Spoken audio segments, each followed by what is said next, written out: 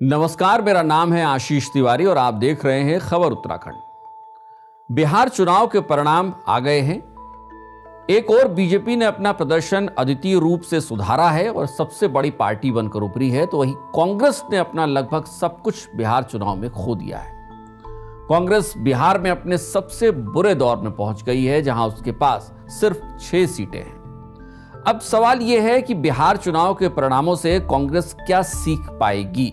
दूसरी अहम बात यह कि उत्तराखंड के विधानसभा चुनाव के लिए बिहार चुनाव कैसे कांग्रेस के लिए एक व्यवहारिक उदाहरण बन सकता है। इस वीडियो में इसी पर चर्चा करेंगे, लेकिन इससे आगे बढ़े इससे पहले अगर आपने अब तक हमारे चैनल को सब्सक्राइब नहीं किया है तो चैनल को सब्सक्राइब करना और बेल आइकन दबाना बिल्कुल न भूलें। बिहार के चुनाव परिणाम देश की 2 बड़ी पार्टियों के लिए बेहद अहम साबित हुए। बीजेपी ने जहां यह साबित किया कि वो हर समय चुनावी मोड में रहती है और चुनावी प्रबंधन में उसका फिलहाल कोई सानी नहीं है, तो वहीं कांग्रेस ने फिर एक बार बता दिया कि कमजोर चुनावी प्रबंधन और पार्ट टाइम पॉलिटिक्स के सहारे ही वो चुनाव मैदान में उतरती रहती है। हाल ही में कांग्रेस ने उत्तराखंड में नेतृत्व परिवर्तन किया है।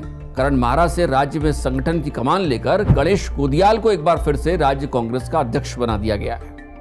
राजनीतिक जानकारों की माने तो गणेश कोदियाल को प्रदेश अध्यक्ष बनाए जाने से 2 बातें साफ होती हैं। वो कांग्रेस के पक्ष में जा भी रही हैं। एक ये कि उसे गढ़वाल में एक मजबूत नेता मिल गया है, जिसकी कमी पिछले काफी वक्त से खल रही थी। वहीं बीजेपी में भी हलचल पैदा हो गई है। लेकिन चुनाव जीतने के लिए इतना ही काफी नहीं है। उत्तराखंड की राजनीतिक समझ रखने वाले लोग ये जानते हैं कि उत्तराखंड में शहरी इलाकों से लेकर ग्रामीण इलाकों तक में बीजेपी ने पिछले कुछ सालों में अच्छी पकड़ बना ली है। संगठन को खासा मजबूत किया गया है। राज्य स्तर पर महिला वोटर्स और युवाओं को साधा गया है। कैडर वोट्स के साथ ही अन्य पार्टियों के वोट बैंक में भी सेंध लगाई गई है। 2012 में जहां राज्य में बीजेपी और कांग्रेस के वोट शेयर लगभग बराबर थे, वहीं 2017 और 2022 के चुनाव में कांग्रेस और बीजेपी के बीच वोट शेयर का अंतर लगभग 10% के आसपास हो गया। बीजेपी का वोट शेयर बढ़ा और जाहिर है कि उसने कांग्रेस के वोट अपनी तरफ खींच लिए। बीजेपी की सीटों में भी इसी क्रम में इजाफा हुआ।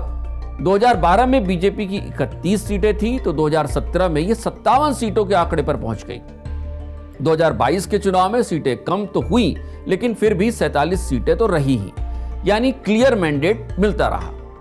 इन चुनाव के परिणामों को देखें तो 10 सालों में कांग्रेस का प्रदर्शन ऊपर नीचे होता रहा, लेकिन इतना नहीं हो पाया कि सरकार बनाने की स्थिति आ पाए।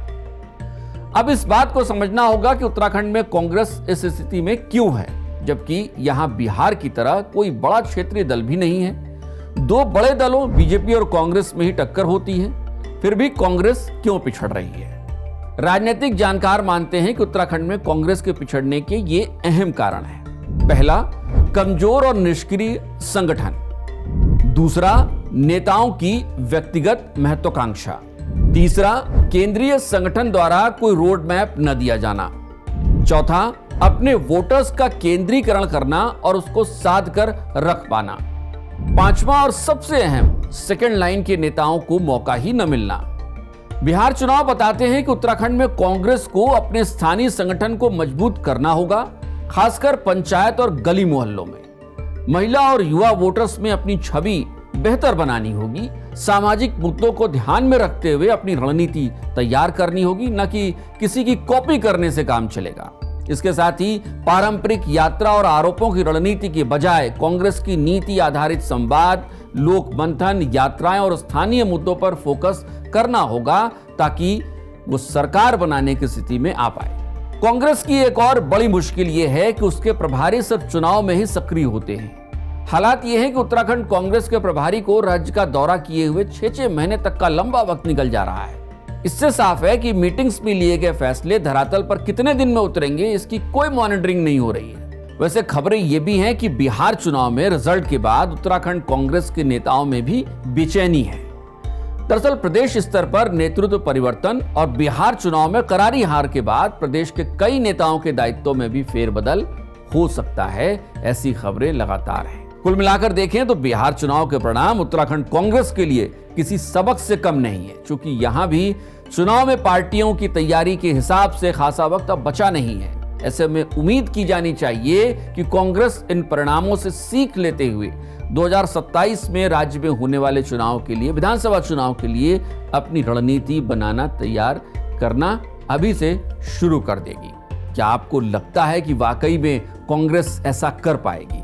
कमेंट बॉक्स में जरूर बताइएगा। आपके कमेंट भी हम अगले वीडियो में जरूर शामिल करने की कोशिश करेंगे। और चलते चलते एक बार फिर से आपसे गुजारिश कि अब तक अगर आपने हमारे चैनल को सब्सक्राइब नहीं किया है तो चैनल को सब्सक्राइब करना और बेल आइकन दबाना बिल्कुल ना भूलें। नमस्कार।